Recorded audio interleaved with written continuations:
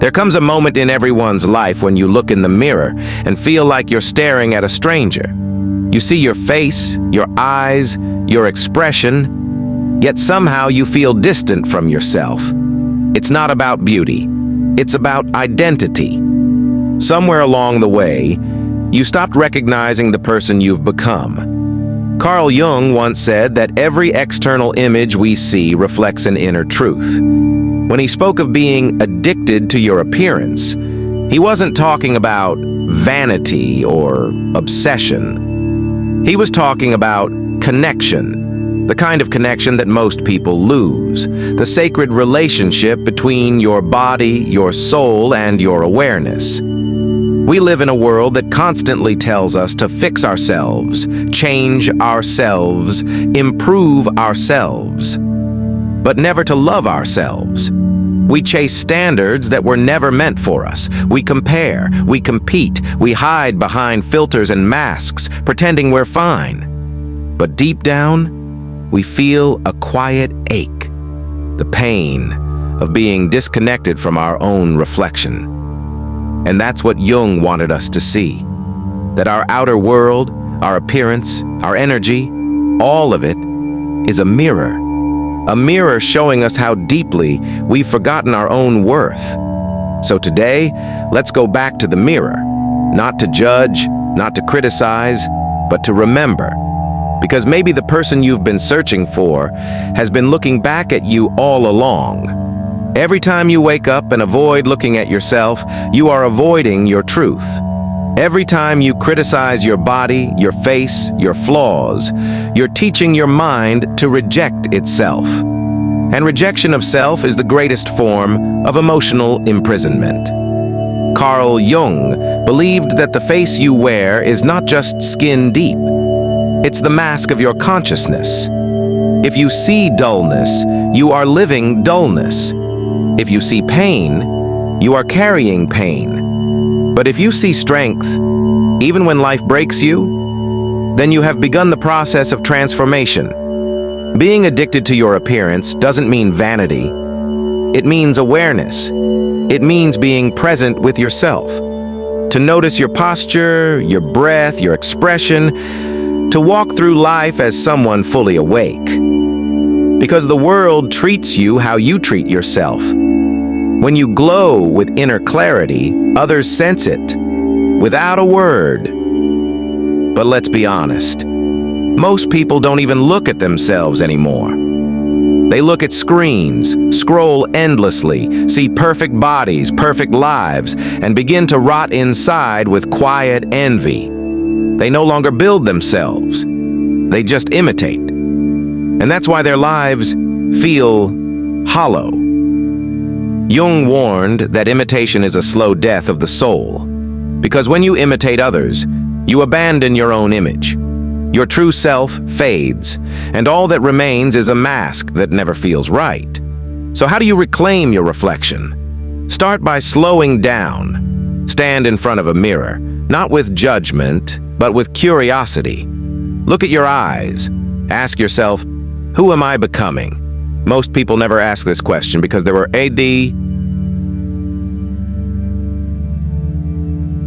afraid of the answer. They fear the emptiness they might see behind their own eyes. But that's exactly where growth begins, in the courage to face what's real. Carl Jung said, "Until you make the unconscious conscious, it will direct your life, and you will call it fate." The mirror reveals that unconscious. It shows you how much life has shaped you and how much you've allowed it to. You must become addicted to the act of seeing yourself. Not as the world sees you, but as the universe created you. A work in progress, unfinished, but divine. When you walk, walk like someone who remembers they are chosen. When you speak, speak like someone who carries light. When you look at yourself, look like someone who refuses to give up. Addiction, in Jung's philosophy, is just energy misplaced. Most people are addicted to distractions, validation, or pain. But the truly awakened soul is addicted to awareness, to becoming better, clearer, more alive. So yes, become addicted, but to your own evolution. There will be days when you feel broken, days when your reflection feels like a reminder of every mistake, every regret, every scar. But look closer. That's not weakness. That's evidence. Evidence that you have survived. And survival gives you power that perfection never will. Jung taught that the shadow, the dark, rejected part of you, holds your greatest potential. When you reject your flaws, you reject your fuel. When you accept them, they become your fire. That's what it means to fall in love with your appearance. Not the surface, but the story beneath it. Your tired eyes tell stories of endurance.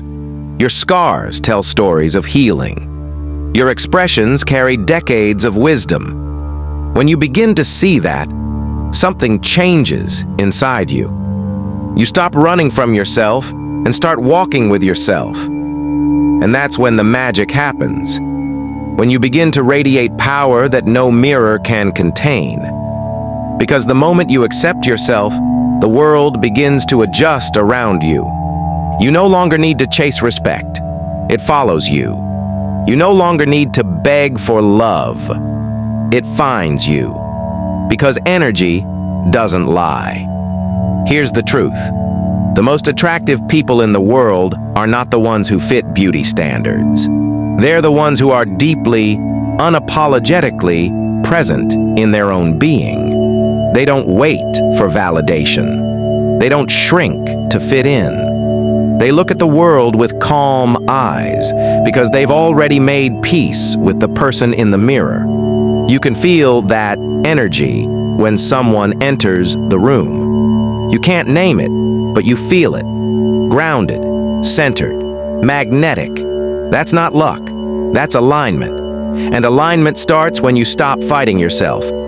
Jung once said that the greatest burden a soul can bear is the unlived life, and most people are carrying it. A life unlived, a self unseen, a beauty unappreciated. But it doesn't have to stay that way. You can change everything by shifting your gaze.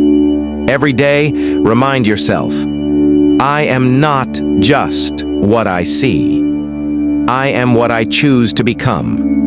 And each time you look in the mirror, let it remind you not of what's missing, but of what's rising. So when Jung said you must become addicted to your appearance, he meant this. You must become devoted to your own becoming. To the way you walk, the way you speak, the way you carry your presence through the world, because your outer self is a reflection of your inner discipline. Your outer calm shows your inner control. Your eyes reveal your spirit. And every time you neglect your image, not the looks, but the presence, you lose touch with your power. You were not born to blend in. You were born to be remembered, not for your perfection, but for your authenticity. So stand tall, speak softly, move with intention, and never apologize for evolving in public. Let the world watch as you fall, rise, break, heal, and shine again. Because every version of you deserves to be seen. You are not just a body, you are a living expression of consciousness. And once you realize that, your reflection will no longer intimidate you. It will inspire you. If this message moved something inside you, let it remind you to never abandon yourself, because your reflection is waiting for you to come home.